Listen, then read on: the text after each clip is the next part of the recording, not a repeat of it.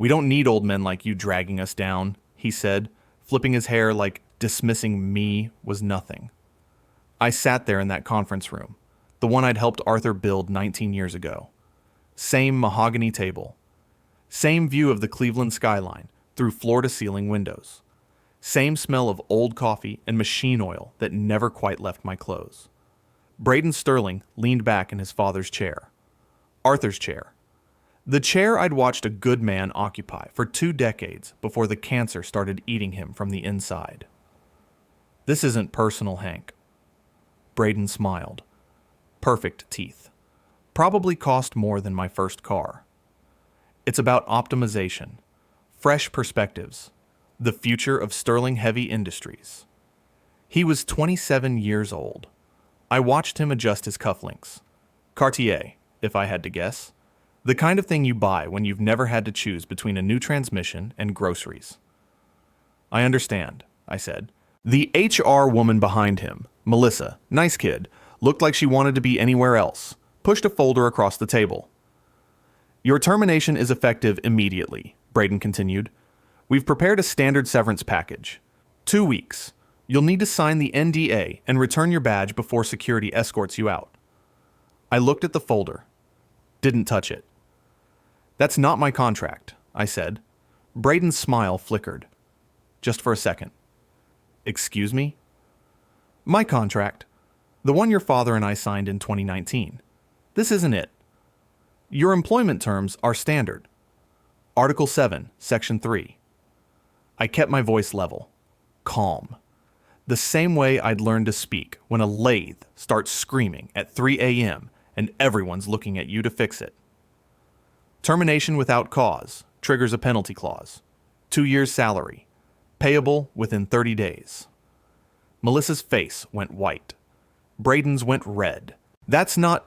He grabbed the folder, flipped through it. This is ridiculous. Nobody has a clause like that. Your father did. For key personnel. Check with legal. He stared at me like I'd just spoken Mandarin. Like the concept of reading a contract before firing someone had never occurred to him. We'll see about that, he said.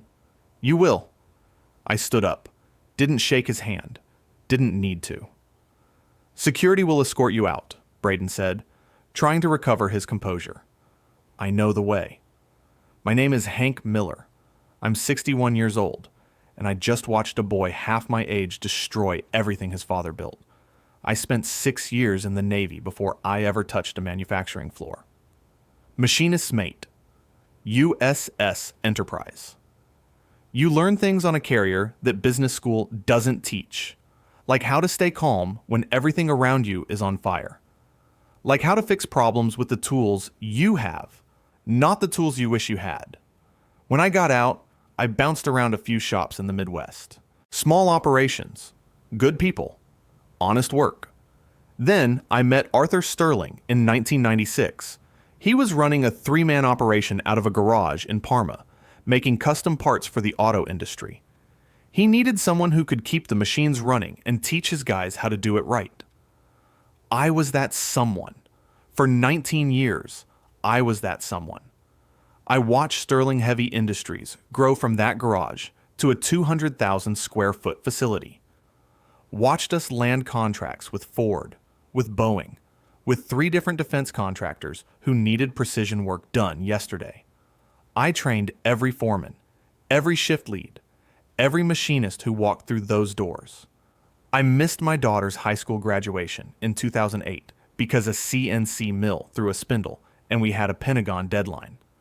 I missed my wife's last good Christmas in 2014 because the night shift couldn't figure out why the tolerances were drifting on the aerospace components.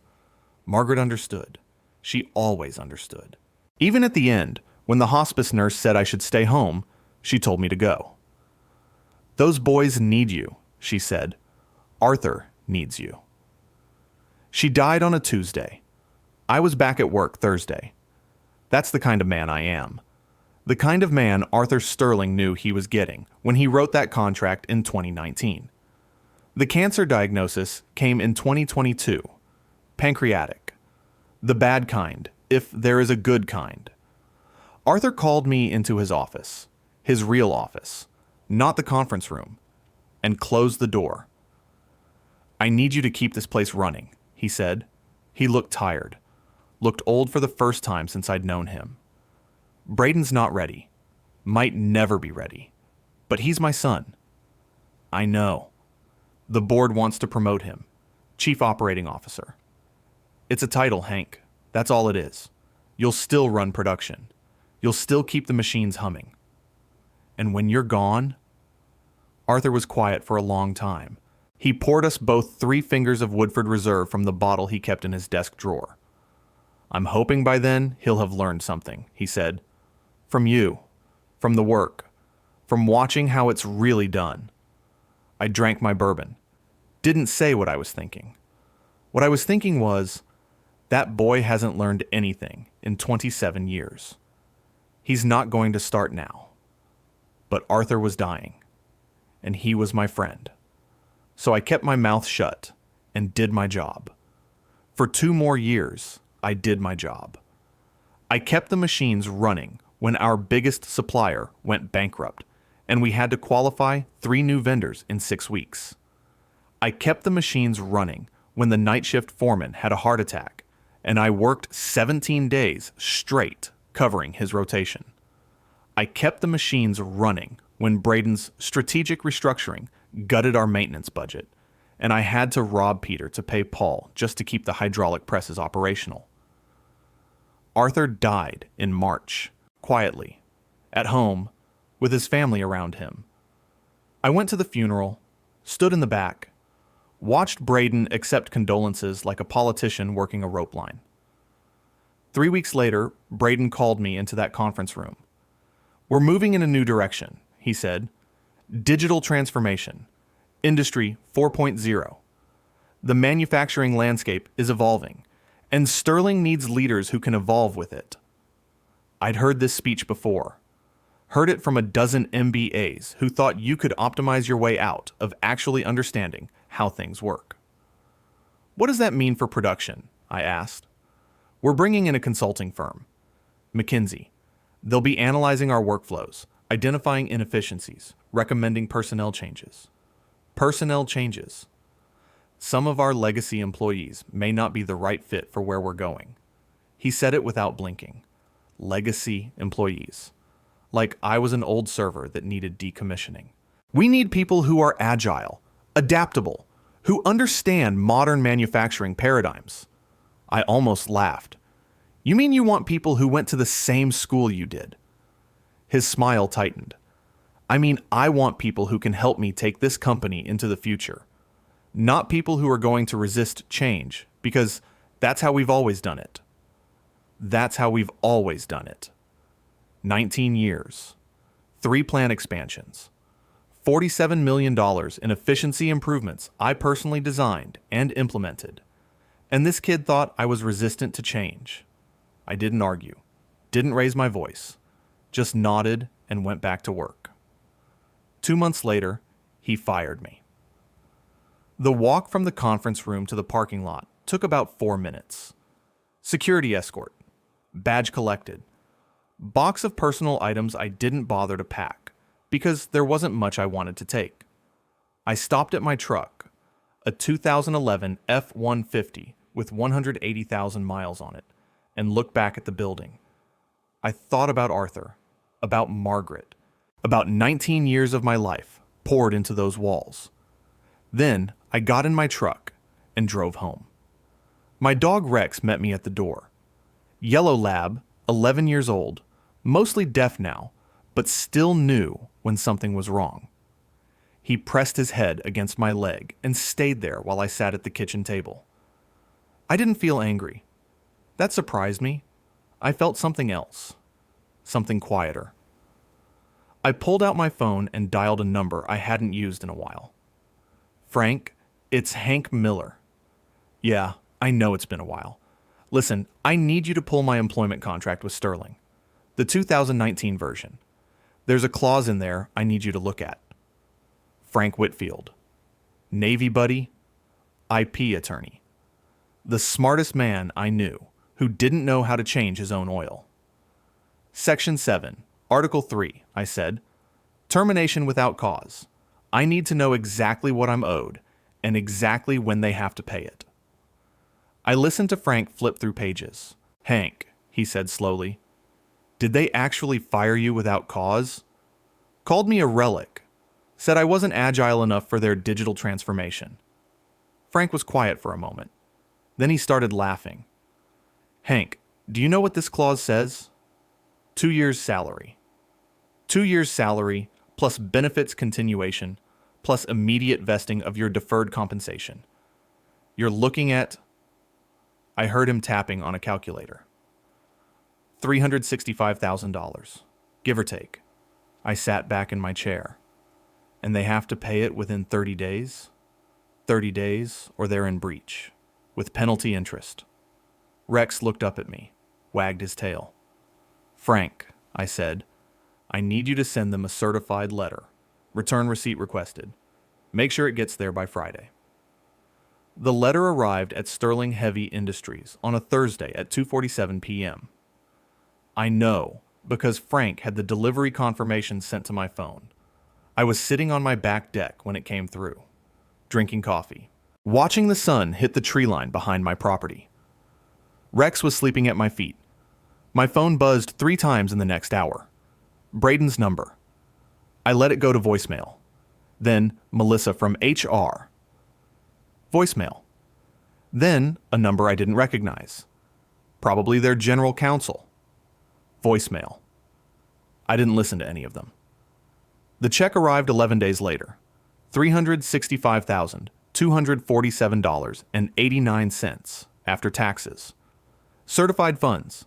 Hand-delivered by a courier who looked like he'd rather be anywhere else. I signed for it. Said thank you. Closed the door. That night, I sat at my kitchen table with a legal pad and a bottle of Woodford Reserve. The good stuff. The bottle Arthur gave me 3 Christmases ago. I wrote down 3 names. Tom Riley. Master machinist. 22 years at Sterling. Best precision work in the Midwest. Dave Kowalski. CNC programmer. 15 years. Could make a Haas mill do things the engineers said were impossible.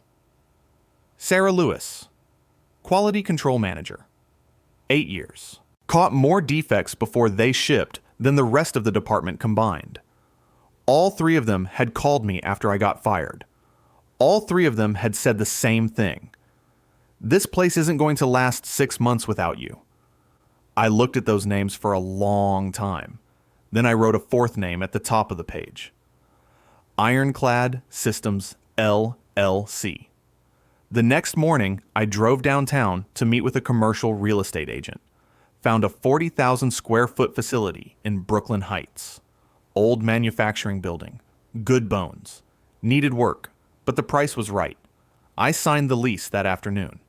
Week 1, I bought 3 used CNC mills at auction. A shop in Toledo was closing down. Got them for 60 cents on the dollar. Week 2, I called Tom Riley. Hank? Jesus, I heard what happened. How are you holding up?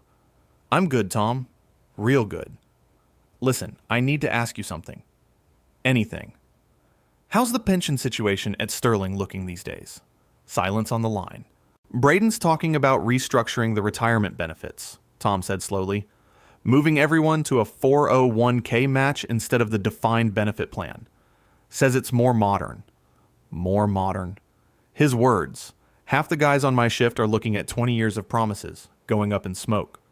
What if I told you I was starting something new? Something where a handshake still means something. Tom was quiet for a long time. I'd say tell me where to sign. Dave Kowalski came on board a week later. Sarah Lewis the week after that. By the end of month 1, I had 7 employees, 3 operational machines, and a shop that smelled like cutting oil and possibility. Month 2, I made my first phone call to a client, Bob Harrison, procurement director at Midwest Automotive. We'd worked together for 12 years when I was at Sterling. He was the kind of man who remembered your birthday and your kids' names, and exactly which tolerances you could hit that his other suppliers couldn't. Hank Miller, he said when he picked up, I heard you left Sterling, or got pushed out, depending on who's telling the story? Little of both, Bob. Listen, I'm running my own shop now. Ironclad Systems. I've got Tom Riley on the floor and Dave Kowalski on the machines. Tom and Dave?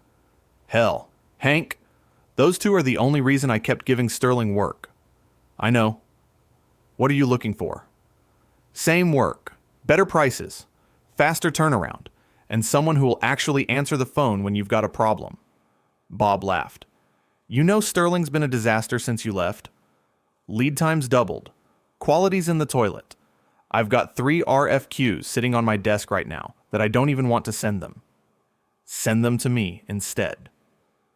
He did. Our first job was a run of 500 precision housings for an electric vehicle steering system. Tight tolerances. Aerospace-grade aluminum. 6-week deadline. We delivered in 4. Word travels fast in manufacturing, especially when the word is Ironclad delivers and Sterling doesn't. By month 4, I'd hired 12 more people, half of them from Sterling. By month 5, I had to lease additional floor space. By month 6, I got a phone call from Bob Harrison. Hank, I need to tell you something. We're pulling the Midwest Automotive account from Sterling. All of it. $4.2 million annually. The board made the decision this morning. Where's it going? Where do you think? I sat down at my desk, looked out the window at my shop floor, watched Tom Riley calibrating a mill, watched Sarah Lewis running quality checks on a batch of components. Bob, I said, I appreciate the business. You earned it, Hank. Every damn bit of it. The news hit Sterling like a bomb. I heard about it from Dave Kowalski, who still had friends on the inside. Emergency board meeting. Braden screaming at the sales team. Accusations flying about who lost the account and why nobody saw it coming. Nobody saw it coming because nobody was watching. Because the people who knew how to watch, the people who understood that manufacturing relationships are built on trust and competence, not PowerPoint decks, were all working for me now. 2 weeks later, another account left. Henderson Industrial, $1.8 million. Then Pacific Defense Components, $3.1 million. 3 of Sterling's biggest clients, gone in 90 days. I didn't poach them, didn't have to. They came to me. Because when your supplier can't hit deadlines and can't hold tolerances, you find someone who can. The first time I heard from Arthur was on a Wednesday evening in October. My phone rang. Unknown number. I almost let it go. Mr. Miller, a woman's voice, professional. Please hold for Arthur Sterling. I waited. Hank. Arthur's voice, weaker than I remembered. Thinner, but unmistakably him. Arthur, I thought you were... Dead, almost. Hospice sent me home to die in March. Apparently, I'm too stubborn to cooperate. He coughed, a wet, rattling sound. I've been watching what you've built. Ironclad. It's impressive. Thank you. I've also been watching what my son has done to my company. That's less impressive. I didn't say anything. Hank, I'm calling because I need to ask you something, and I need you to be honest with me. I've never been anything else. I know. That's why I'm asking. Another cough. Can Sterling survive this? Without you? Without the people you took with you? I thought about it. Thought about the order backlog I'd seen in the trade journals. Thought about the quality complaints Dave had mentioned. Thought about the McKinsey consultants who'd apparently recommended automating the production floor without understanding that you can't automate 60 years of institutional knowledge. No, I said, it can't. Arthur was quiet for a long time. I was afraid you'd say that. Arthur, your son fired me, called me a relic, said I wasn't agile enough for his digital transformation. I know what he said. I've read the reports. I've seen the financials. He paused. He's my son, Hank, but he's also a fool, and right now his foolishness is destroying everything I spent my life building. What do you want from me? I want you to come back. Name your terms. CEO. Majority equity stake. Whatever you want. Just come back and save my company. I looked out the window. The sun was setting over Cleveland, orange and red lights spilling across the skyline.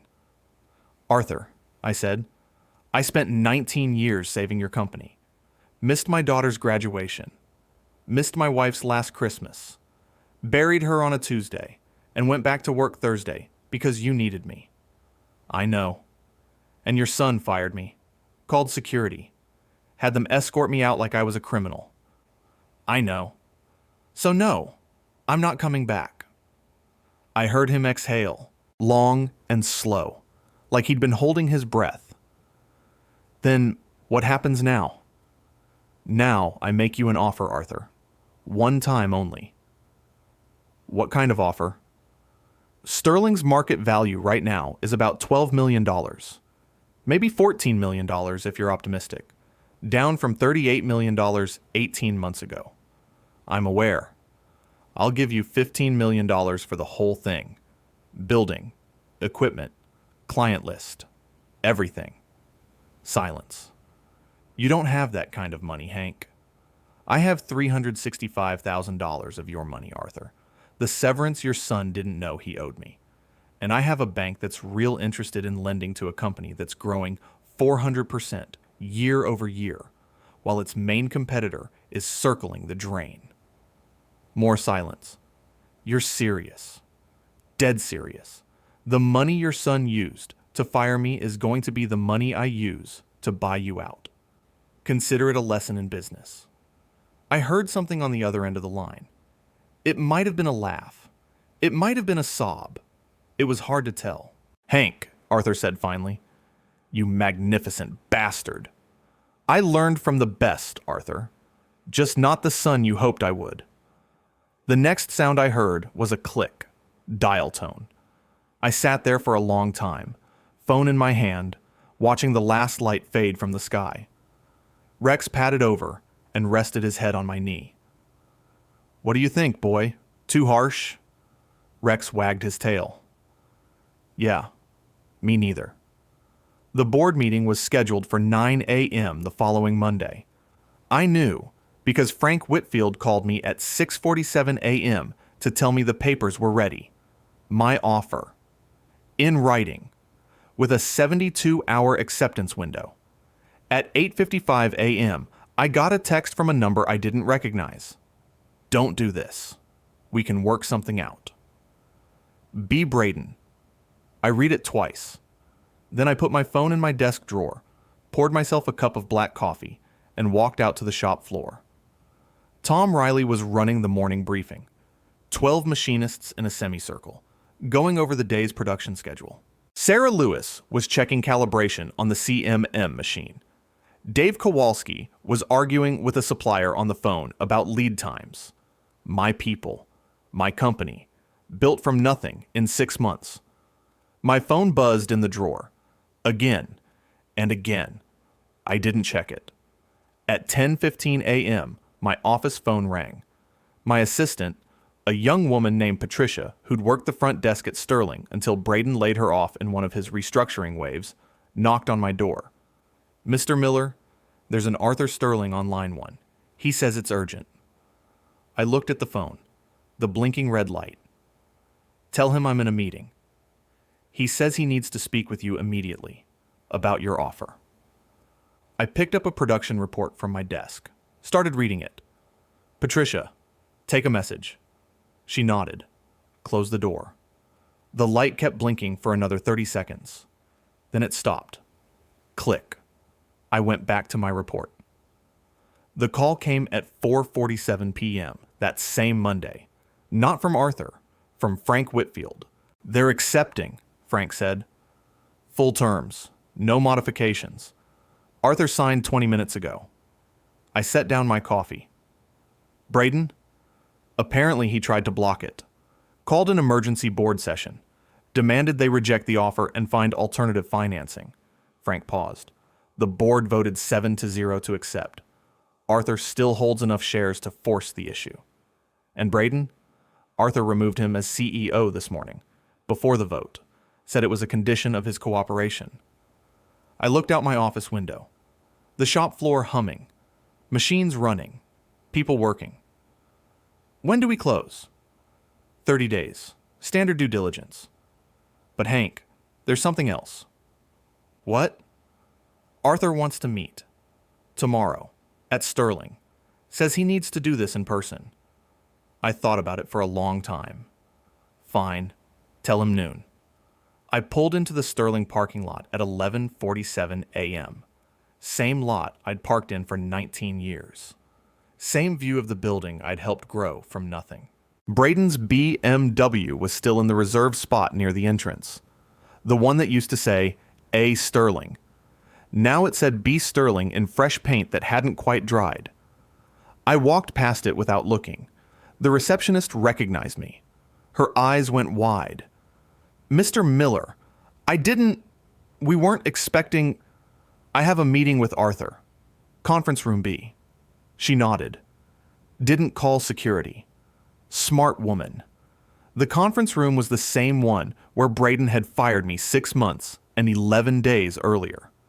Same mahogany table. Same view of the Cleveland skyline. Same smell of old coffee. Arthur was already there, sitting at the head of the table in a wheelchair I'd never seen before. He looked smaller than I remembered. Grayer. The cancer had taken more than I'd realized, but his eyes were sharp. Same eyes that had hired me in a garage in Parma 20 years ago. Hank. He gestured to a chair. Sit. I sat. You look good, he said. Running your own shop agrees with you. It does. I looked at your numbers. Ironclad's numbers. $8.2 million in revenue in 6 months. 43 employees. 3 major accounts that used to be mine. He shook his head. I should have made you CEO years ago. You should have. Would you have taken it? I thought about Margaret, about my daughter, about all the years I'd given to a company that wasn't mine. No, I said. Probably not. I was loyal to a fault, Arthur. That was my mistake. And now? Now I'm loyal to myself, to the people who work for me, to the company I built with my own hands and my own money. I paused. Your money, technically. The money your son gave me when he fired me without reading my contract. Arthur laughed, a thin, papery sound that turned into a cough. He never reads contracts, Arthur said when he recovered. Never reads anything unless it's on a screen and under 280 characters. I tried to teach him. God knows I tried. Some lessons don't take. No, they don't. The door opened behind me. I didn't turn around. Dad. Braden's voice. Tight. Controlled. What is he doing here? Sit down, son. This is ridiculous. We don't need to sell. I've got calls out to 3 different private equity firms. There are options. I said sit down. Braden sat. Across from me. His face was red. His hands were shaking. Mr. Miller. He wouldn't look at me. I think there's been a misunderstanding about your offer. The valuation is completely unrealistic. Sterling's brand equity alone is worth $12 million, I said. That's what 3 separate analysts valued your company at last week. $12 million for a business that was worth $38 million 18 months ago. Before your digital transformation. Before your strategic restructuring. Before you fired every person who actually knew how to make things. That's not fair. The market conditions are fine. Henderson Industrial's revenue is up 12% this year. Pacific Defense just won a $40 million contract. Midwest Automotive is expanding their manufacturing partnerships. I leaned forward. Your competitors are thriving. Braden, your former clients are thriving. The only one who's failing is you. His jaw tightened. You stole our clients. You poached our employees. I hired people you fired. I serviced clients you abandoned. I built something while you were busy optimizing. I pulled a folder from my briefcase, slid it across the table. These are the terms. $15 million. Cash. Closing in 30 days. Braden grabbed the folder, flipped through it. His face went from red to white in about 3 seconds. This gives you everything: the building, the equipment, the client relationships, Dad's shares, my shares. He looked at his father. You can't be serious. I'm dying, son. Arthur's voice was quiet, tired. And I'm not going to watch you bury my legacy before I'm in the ground. But I'm your son. Yes, you are. And I love you. But love doesn't mean I have to let you destroy what I spent 40 years building. Arthur turned to me. Hank, the papers are on their way to legal. Barring any issues, we close on the 15th. I stood up. One more thing, I said. Arthur raised an eyebrow. When we close, I want Braden out of the building. That day. Security escort. Badge collected. Same treatment he gave me. Braden stood up so fast his chair fell over. You can't do that. This is my company. My family's company. It was your family's company, I said. Now it's mine. I picked up my briefcase. Walked to the door. Hank. Braden's voice cracked. Please. I made a mistake. I can see that now. Just give me a chance to... I stopped. Turned around. You had a chance. You had 19 years of my knowledge. 19 years of my loyalty. 19 years of me showing you exactly how to run this business. I looked him in the eye. And you called me a relic. You said old men like me were dragging you down. He had nothing to say that. Security will escort you out on the 15th, I said. I know the way. I walked out of that conference room and didn't look back. The closing happened on schedule. October 15th, 2 p.m. My lawyers, Arthur's lawyers, a stack of papers 3 inches thick. I signed my name 47 times. When it was done, Frank Whitfield shook my hand. Congratulations, Hank. You now own Sterling Heavy Industries. Ironclad Industries, I said. We're changing the name. That evening, I drove to the old Sterling building, my building now. I walked through the empty shop floor, past the machines I'd maintained for 19 years, past the office where Arthur used to pour bourbon and talk about the old days, past the conference room where Braden fired me 6 months and 11 days earlier. I ended up in the executive office, the corner office with the view of the Cleveland skyline. Someone had already removed Braden's things, the Cartier cufflinks, the ergonomic chair, the motivational posters about synergy and innovation. The only thing left was a single photograph on the desk. Arthur and me, 1999, standing in front of the first CNC mill we ever bought together. I sat down in the empty chair, looked at that photograph for a long time. Then I pulled out my phone and called my daughter. Dad, is everything okay? Everything's fine, sweetheart. Better than fine. I paused. Listen, I know it's late notice, but I was wondering, are you and Jake doing anything for Thanksgiving? We were going to his parents, but I want you to come here. Both of you. I've got a lot to tell you. She was quiet for a moment. Dad, you sound different. I am different. Good different. I looked out the window. The city lights. The skyline I'd watched change for 20 years. Yeah, I said. Good different. That Thanksgiving, I cooked for the first time in 3 years. Turkey. Stuffing. The whole thing. My daughter helped with the mashed potatoes. Her husband Jake burned the rolls, but nobody minded. After dinner, we sat on the back deck, Rex at my feet, 3 fingers of Woodford Reserve in my hand. Dad, my daughter said, I'm proud of you. For what? For all of it. For building something. For not letting that idiot win. I took a sip of bourbon. He didn't lose because I won, I said. He lost because he never understood what winning actually looks like. What does it look like? I thought about it. It looks like knowing your worth, I said. Even when everyone around you is trying to tell you different, it looks like building something with your own hands and your own people and your own principles. It looks like this. I gestured at the yard, the house, the dog, my daughter. It looks like not needing anyone's permission to be who you are. She squeezed my hand. Rex lifted his head, looked at me, wagged his tail. The stars were out. The air was cold, but not bitter. Somewhere in the distance, I could hear a train. I'd spent 19 years building someone else's dream. Now I was building my own. Sometimes justice doesn't announce itself. It doesn't make speeches or demand apologies or need anyone to acknowledge what happened. Sometimes it just arrives quietly, with calm hands and steady resolve, and $365,000 of the other guy's money. If you enjoyed this story about what happens when arrogance meets experience, hit that like button and let me know what you think in the comments.